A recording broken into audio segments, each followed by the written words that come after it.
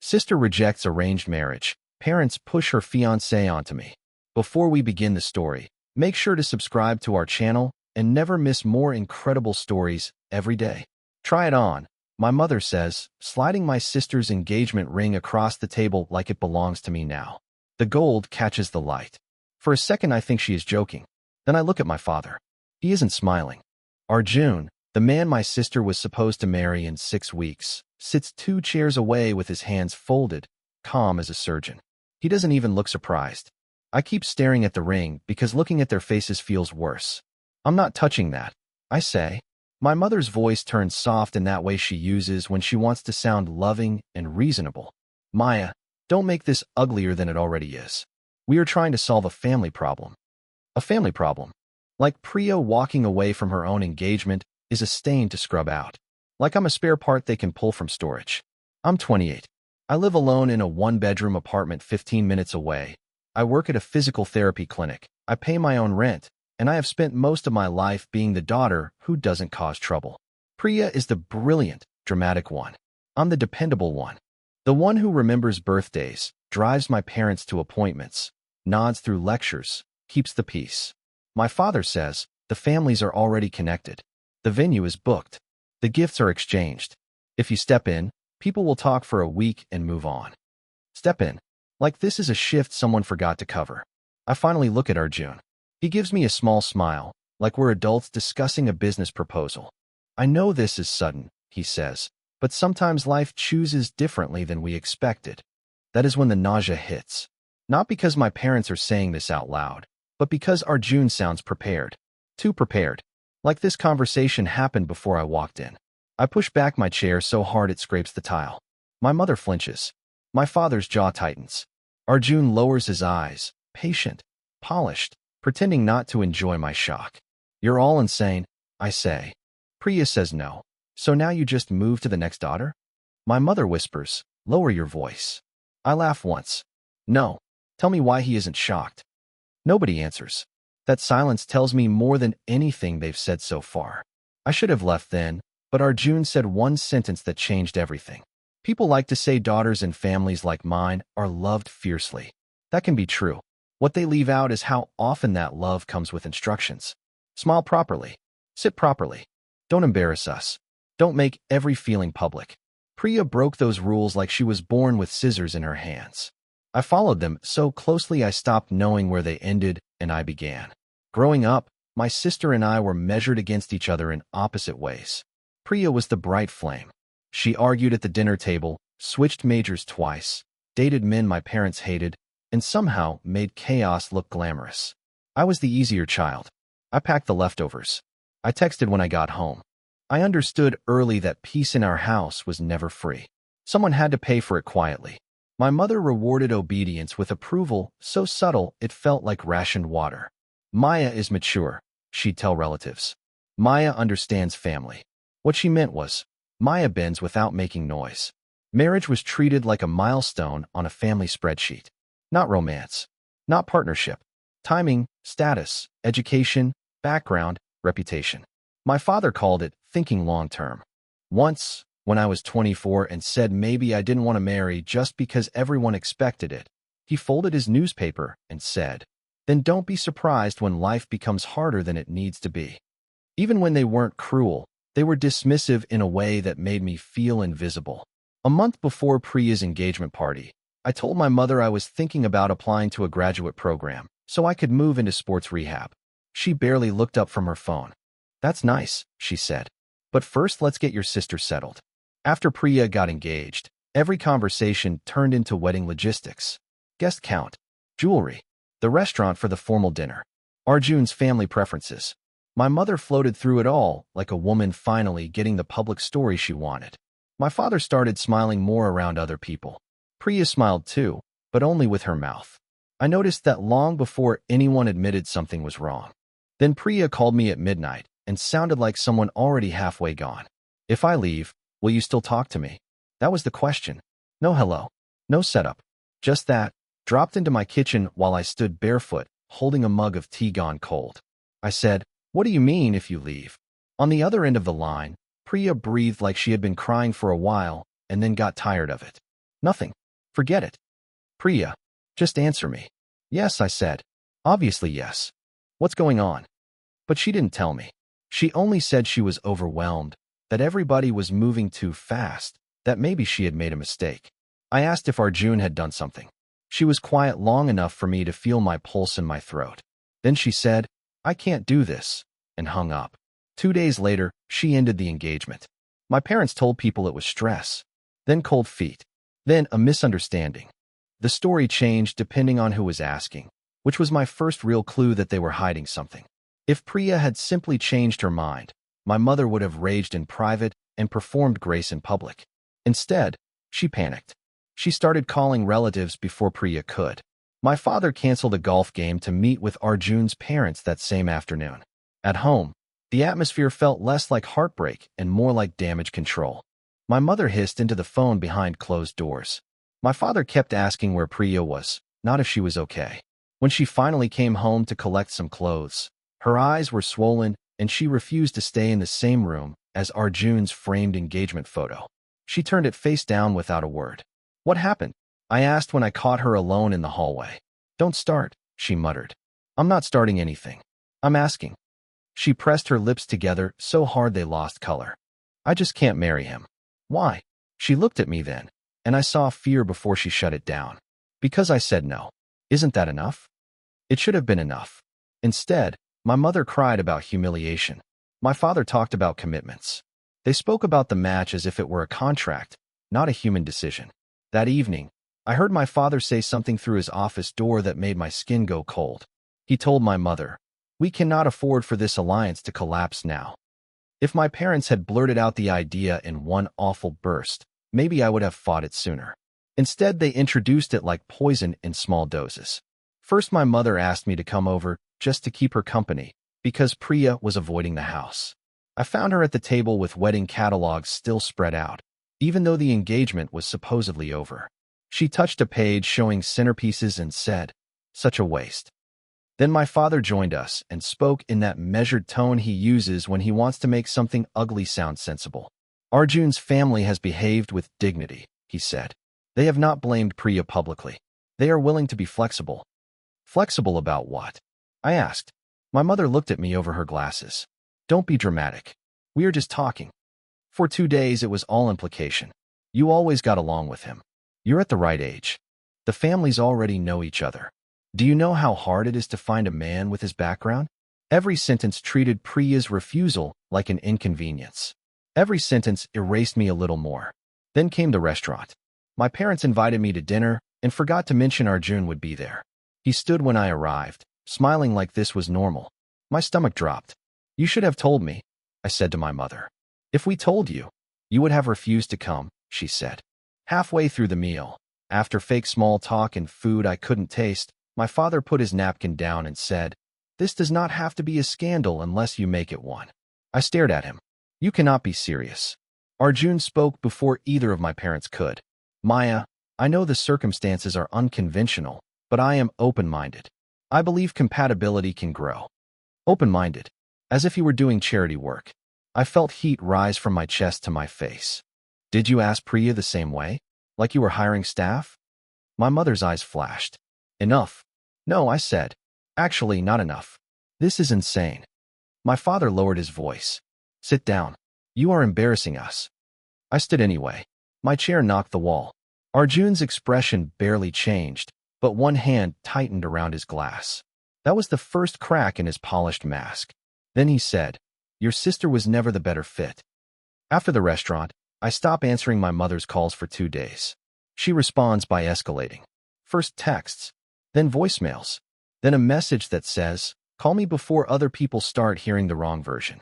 That is how my family talks when they want obedience to sound urgent and moral. By Friday, the gossip has already started. An older family friend calls to ask whether Priya is feeling better. A cousin messages me and says she hopes our family is staying strong. My mother has clearly launched the preemptive campaign, vague enough to invite sympathy, careful enough to avoid details. When I finally go home to pick up some clothes I'd left there, my parents are waiting in the living room like I'm arriving for an intervention. My father motions for me to sit. My mother's eyes are red. The tears look rehearsed. This family has given you everything, she says before I even take my coat off. I laugh. Interesting start. My father ignores that. Arjun is still willing to proceed. Do you understand what that means for our reputation? Why is his willingness the issue? I ask. Why isn't Priya's refusal the issue?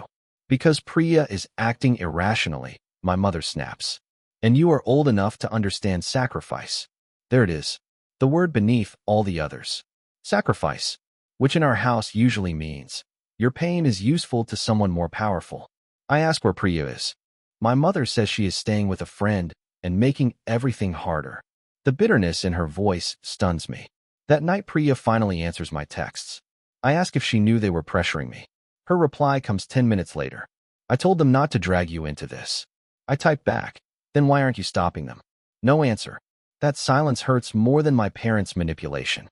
Priya and I have never been sentimental, but we have always been honest when it matters. Now she is disappearing when I need the truth. Later, my father calls me after midnight. His voice is flat. If you care about this family, you will stop behaving like a stranger. I almost hang up. Instead, I say, if you care about this family, tell me what you're hiding.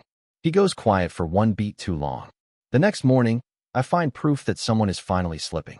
The proof is stupidly small, which is how lies usually start falling apart. My mother asks me to pick up a folder from the entryway and bring it to my father's office because she is on a call. I almost say no. Then I see the folder isn't a folder at all, just a loose stack of papers clipped together. The top page is a receipt from the wedding venue showing a payment schedule. Most of it means nothing to me until I notice a handwritten note in my father's blocky pen. Final transfer due after immigration filing. I stop walking. Immigration filing. Arjun was born in India, but had been in the U.S. for years. That much I knew. My mother had mentioned a work visa once, casually, then corrected herself like she had said too much.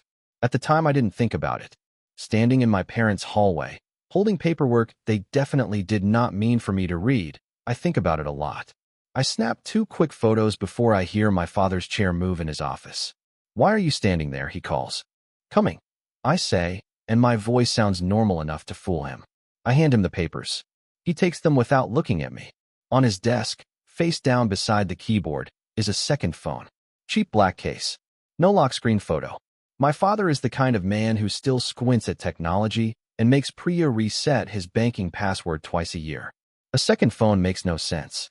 Then his screen lights up with a banner notification before he can flip it over. Hey, Malhotra, we need confirmation before the 30th or it all changes. My father grabs the phone too fast. Too late. That evening I sit in my car outside my apartment and zoom in on the photo I took of the payment schedule. The typed amount for the venue deposit is $18,400. Next to it, another line references a private family contribution tied to documentation support. I read it 3 times because my brain keeps trying to make it less bad than it sounds. This is not about saving face. Face doesn't come with deadlines and transfer language. I text Priya one word, visa? She leaves me on read for an hour. An hour later, Arjun texted again, and this time it sounded like a warning. I do not answer Arjun's message that night. I also do not sleep. By morning, I have made 2 lists in the Notes app on my phone. One is everything I know. Priya breaks engagement. Parents panic.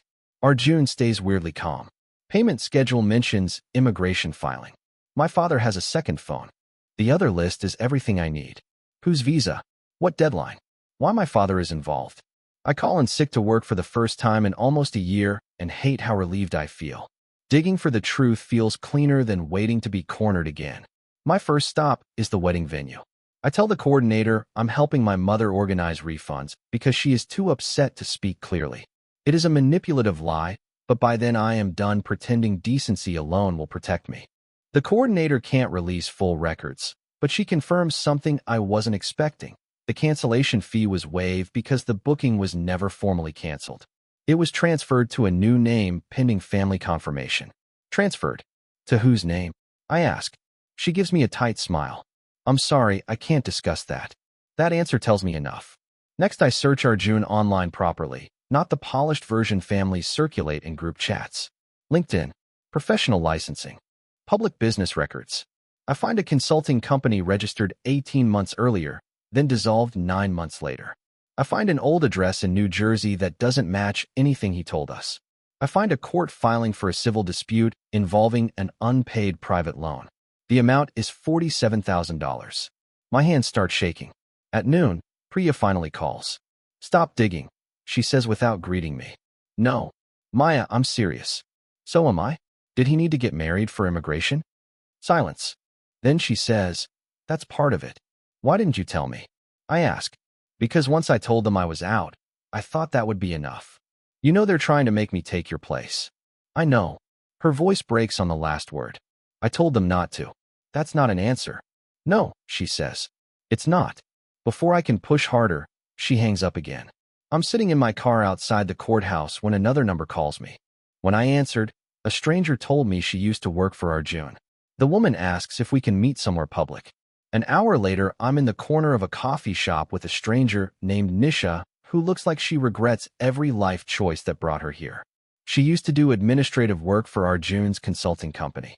"It wasn't really a company," she says, stirring her coffee without drinking it. "It was him, a rented office, and a lot of pretending." Pretending to do what? Pretending he had more money than he did. More clients. More stability. She glances up at me. And pretending his paperwork problems were temporary. She doesn't know everything, or maybe she knows more than she wants to say, but what she gives me is enough to change the shape of the whole story. Arjun's work authorization was tied to an employer arrangement that fell apart months ago. He'd been trying to stabilize his status through another route. Marriage to a citizen or permanent resident would make things easier. At the same time, he owed money to private lenders and had been telling different versions of his finances to different people. So he needed a wife and money. I say. Nisha winces. That's the blunt version. Is there a less blunt version? No. She also tells me something worse. My father knew Arjun was in trouble before the engagement. The two of them had private meetings about mutual benefit. She once processed a scanned document with my father's name on it, attached to a personal loan guarantee. She never saw the full signed pages. She just remembers the date. January 14th. I have that date because my mother made us all go out to celebrate their beautiful progress 2 days later. When I get back to my car, I pull up my bank app to check something I suddenly remember. In January, my father borrowed $25,000 from me for a short-term tax issue. He paid me back 3 weeks later, but now I wonder where that money actually went. I text my father, "Did you guarantee Arjun's loans?" He replies almost instantly, "Be careful what accusations you put in writing." Not no. A threat. That's when it lands fully. This isn't just about gossip. My father tied himself to Arjun financially, and now my body is being offered as the repair. Then Priya sends me a screenshot that makes my blood turn cold. The screenshot is from Priya's phone. It shows a message thread with Arjun from 3 days before she broke the engagement. "Arjun, marriage requires trust." Priya, "Then stop lying to me." Arjun, "You are being emotional." Priya, "Did you or did you not tell my father I would adjust after the wedding?" Arjun, "Your father understands how families work." I read those lines 5 times. My skin prickles with the kind of anger that makes you feel suddenly cold. I call Priya immediately. This time she answers. "What does adjust mean?" I ask. For a moment all I hear is traffic on her end and one shaky breath. Then she says, "It means I found out he expected to move into our parents' house for a while after the wedding because of his finances, and your father agreed without asking me. That's not enough to make you sound like you were fleeing a fire." "No," she says quietly. "It isn't." I wait. When she speaks again, her voice loses all of its defiance. "He went through my laptop." My grip tightens around the phone. "What?" "He borrowed it one evening because he said he needed to send something. Later I noticed files had been opened. Private stuff. My therapy notes. My tax returns. Even an old journal folder." She goes flat. When I confronted him, he smiled and said there shouldn't be secrets between future spouses. I close my eyes. "There's more," she says. "He kept talking about how I would be calmer after marriage. How my parents knew I was difficult now, but I'd settle once I had structure. He said it like he was discussing a pet." "Did you tell Mom and Dad that?" "Yes." "And?" "Mom said every marriage has adjustment. Dad said I was looking for excuses because I was scared of commitment." Something inside me hardens. They knew enough. Maybe not everything, but enough. "Why didn't you tell me sooner?" I ask. "Because I was ashamed," Priya says. Because once they turned on me, I couldn't survive them turning on you too. They already have. I know. Then Priya says, Maya, he asked about you before I ended it. I stopped breathing for one beat. He said you were more practical, she whispers. Like he had been comparing us all along. 2 nights later, Arjun shows up outside my apartment building. Not by accident. Not with flowers or apology theater. He is leaning against his car like he belongs there, sleeves rolled up, expression composed. When he sees me getting out of mine, he straightens and says, You've been hard to reach. My whole body goes cold. How do you know where I live? He tilts his head. Your family knows. It isn't exactly classified information. That wasn't my question. He gives a little shrug. Can we talk? No. I start toward the door. He steps closer, not enough to touch me, just enough to force me to feel his presence. Maya, he says, lowering his voice. You're making this more adversarial than it needs to be. I laugh. You tried to marry my sister, and now you're outside my apartment talking like we're negotiating a lease. That's unfair. Is it? For the first time, the polish slips. Your sister was unstable, he says. Impulsive. She created unnecessary drama over things that could have been handled privately. I stare at him. You went through her laptop. He doesn't deny it. If you're building a life with someone, transparency matters. No, I say. Control matters to you. His jaw tightens. You are listening to half-truths from emotional people. And what are you offering me? A calm lie? He exhales and changes tactics. Look, your father is under pressure. He made commitments based on this marriage moving forward. If it collapses publicly, it creates problems for everyone. What commitments? That's really a question for him. Try again. He studies my face. If you marry me, things settle down. Your parents avoid humiliation. Certain financial matters remain manageable. Your sister gets to disappear if she wants. You, on the other hand, would actually be good at this. Good at this. Good at absorbing damage without making noise. I take one step back and fish my keys from my bag because my hands need something sharp to hold. You need help, I say. He smiles then, but there is no warmth in it. We all need something, Maya. The smart people choose what they can live with. Then he saw my recording phone, and his entire expression curdled. The second Arjun notices my phone, he reaches for my coat pocket. Instinct takes over before fear does. I jerk back, shove his hand away, and say loudly, Do not touch me. A couple walking their dog turns to look. Arjun freezes. That public audience matters more to him than my comfort ever will. He steps back and smooths his expression like nothing happened. You're misunderstanding me, he says. No, I say. I'm finally understanding you. I get inside, lock the lobby door, and stand there shaking until the elevator arrives. Once I'm upstairs, I replay the recording. I caught most of it. Enough. The next 48 hours turn me into someone I barely recognize. Priya forwards me screenshots of old texts, including one where Arjun says my father sees the bigger picture. I dig through my email and find the transfer confirmation for the $25,000 my father borrowed from me on January 15th, one day after the date Nisha gave me. I search county records and locate a lien notice against one of my father's commercial properties filed in February. When I confront him by text about the lien, he calls immediately instead of replying in writing. Maya, stop this, he says. Stop what? This amateur detective nonsense. You're confused. Did you use my money to cover Arjun? Silence. Then, I borrowed money from you and paid it back. That's not the question. His voice hardens. Be very careful how you speak to me. I hang up before he can recover. That night Priya comes to my apartment for the first time since this started. We sit on my couch with takeout neither of us eats.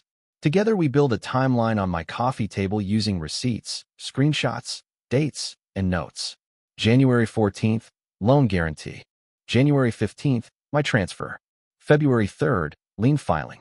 March 2nd, venue transfer request. March 9th, Priya ends engagement. March 11th, my parents start floating my name. Seeing it laid out makes the whole thing obscene. We need witnesses, Priya says. I nod. And one moment they can't control. The answer comes while I'm staring at the invitation samples my mother left in a folder at my place. Sunday's prayer gathering. 50 relatives. Both families. No easy exit. That is where I decide I'm going to burn their version of me down. Sunday arrives in pressed clothes and fake blessings.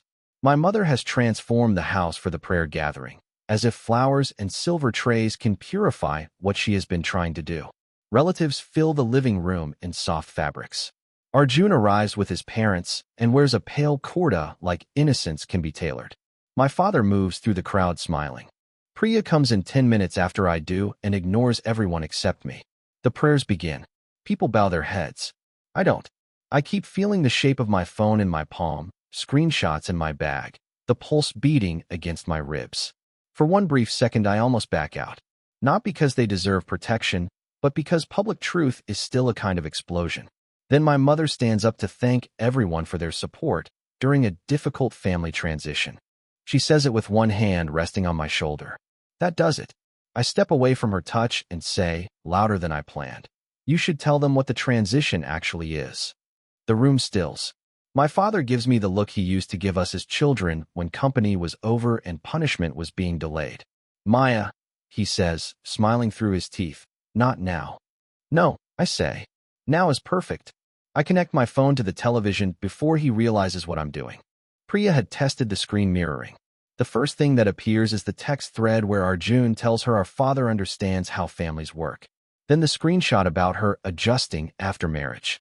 Then my bank transfer confirmation dated January 15th. Then the lien notice. Then a photo of the venue document with the note about immigration filing. The room fills with tiny sounds, gasps, shifting feet. One aunt whispering, "Oh my God. What is this?" One of Arjun's relatives says sharply. "It's the truth," I answer. Priya left because Arjun was dishonest and invasive, and because my parents knew he had financial and immigration problems tied to this marriage. When she refused, they tried to offer me instead. Arjun steps forward. This is a gross mischaracterization. I hit play on the recording from outside my apartment. His own voice fills the room. "If you marry me, things settle down." No one moves. Then my father says the one thing that destroys him completely. My father doesn't deny any of it. He looks at the screen, then at the room full of relatives, and says, "I did what was necessary to protect this family." That sentence detonates harder than the recording. Arjun's mother starts demanding explanations. One of my uncles asks whether there was really a loan guarantee. My mother keeps saying, "This is private, this is private," as if repeating it can stuff the truth back into the walls. Priya is standing beside me now, shoulders squared, and I realize this is the first time in weeks she hasn't looked like she wants to disappear. Arjun tries one last pivot. "Everyone is exaggerating," he says. "There were misunderstandings, but nothing immoral happened." Priya lets out a laugh so sharp it silences him. "You went through my computer." He turns to her, voice clipped. "Because you were hiding things." "There it is," I say. My father rounds on me then, dropping the public smile completely. "Are you proud of yourself? Do you understand what you've done?" "Yes," I say. "I stopped you." It is the first time in my life I have said something to him without trying to soften it first. After that, the room breaks into factions. Some relatives rush to my mother. Others move away from Arjun's family entirely. One cousin asks me if I'm okay, and I almost laugh because that question has arrived about 3 disasters late, but it still matters. Arjun leaves first. No shouting, no movie scene collapse. He just realizes the room has stopped reflecting back the version of himself he depends on, and he walks out with his parents. My father starts after them, then stops when an older relative says, with disgust, "You offered your younger daughter to fix your own mistake?" My mother sits down like her bones have gone missing. The fallout starts immediately and then keeps unfolding for weeks. Arjun's family cuts contact. The venue keeps part of the deposit. A lender files another claim. My father spends days on the phone trying to contain damage that is no longer containable. At work, I make 2 mistakes in 1 week because I'm sleeping badly and checking my phone between patients. Truth can save you, but it doesn't do it cleanly. That night, my mother leaves me a voicemail I will replay for months. My mother's voicemail is only 43 seconds long, but it manages to hold more blame than some people fit into an entire marriage. She says I humiliated my father in front of the community. She says Priya filled my head with poison. She says I could have handled this privately, like a decent daughter. She never once says I was wrong about the facts. Even in her anger, she knows what happened. She just thinks exposure is worse than betrayal. I save the voicemail anyway. 3 days later, I meet my parents at a diner instead of their house because I am done having hard conversations on their turf. My father looks older, which gives me no satisfaction. My mother looks furious that I chose a place with witnesses. I am not here to argue about whether I was disrespectful. I say before either of them can start. I am here to tell you what happens next. My father scoffs. You think you have leverage now. I know I do. I slide a printed page across the table. It is not dramatic. Just boundaries. I will not discuss marriage with anyone they choose. I will not loan money again. I will not come to family events where Arjun is present. If they keep spreading lies about Priya or me, I will answer publicly with specifics. If they want any relationship with me, it will be on those terms. My mother stares at the page. Who do you think you are? For once I answer without hesitation. Your daughter, not your solution. My father doesn't touch the paper. You're enjoying this. That almost breaks my composure because it is such a revealing accusation. In his mind, power only makes sense as pleasure or punishment. No, I say. I'm grieving. I start therapy the following week because surviving something isn't the same as metabolizing it. Priya starts too. We talk more carefully now, but more honestly. There is damage between us, but for the first time we are not performing sisterhood. We are building it. I stop going home every Sunday. I apply to the graduate program I had parked on a shelf for everyone else's convenience. I sleep better. Not well, not immediately, but better. Then, one rainy Thursday, my father sends a text I never thought I would see. The text says, "We need to talk." 6 months earlier, that message would have pulled me straight back into my parents' gravity.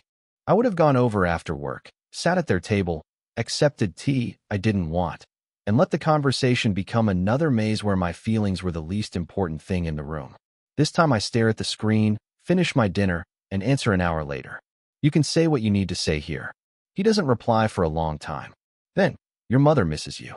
Not I miss you. Not I was wrong. Not I'm sorry. Even now he reaches for me through someone else's needs, because direct accountability would cost him too much pride. Instead I send, I hope she is well. That is the whole conversation. A year has passed now. Priya has her own apartment across town and a lock on her laptop that makes us both laugh every time she mentions it. My application to graduate school got accepted. On Tuesdays after work, I go straight from the clinic to class and sit in a room full of people who do not know my family history, which still feels weirdly luxurious. My mother and I speak rarely. My father even less. When we do, it is polite, limited, and on terms I can live with. The strangest part is not the anger I still carry. It's the relief. The relief of no longer confusing obedience with love. The relief of understanding that keeping the peace is often just another way of saying one person gets hurt quietly so everyone else can stay comfortable. If you are reading this because your family calls control tradition, or sacrifice duty, or silence respect, please hear me. Guilt is not proof that you are wrong. Sometimes guilt is just what shows up when you stop playing the role that kept other people comfortable. Ask direct questions. Save the screenshots. Tell one person the full truth. Make a plan before you make an announcement. And never let anyone rush you into a life you would have to survive instead of live. Last week it rained all afternoon, and after class I sat in my car outside my apartment for a minute before going in. The windows fogged. My phone was quiet. No demands. No guilt. No one asking me to step into a fire and call it devotion.